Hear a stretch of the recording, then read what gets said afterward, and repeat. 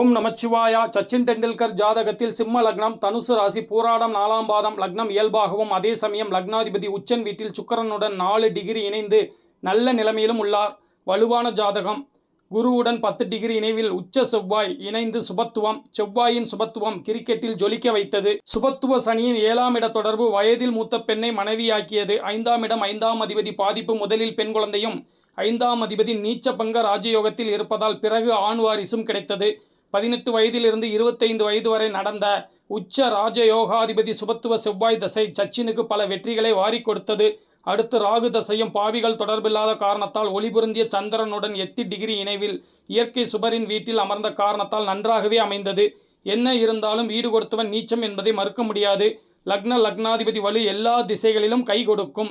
சச்சினின் ஜாதகத்தில் ஜென்ம விரோதியான சனி வேறு எந்த கிரகத்தையும் தொடர்பு கொள்ளாதது ஒரு சிறப்பான அமைப்பு. ஓம் நமச்சிவாயா.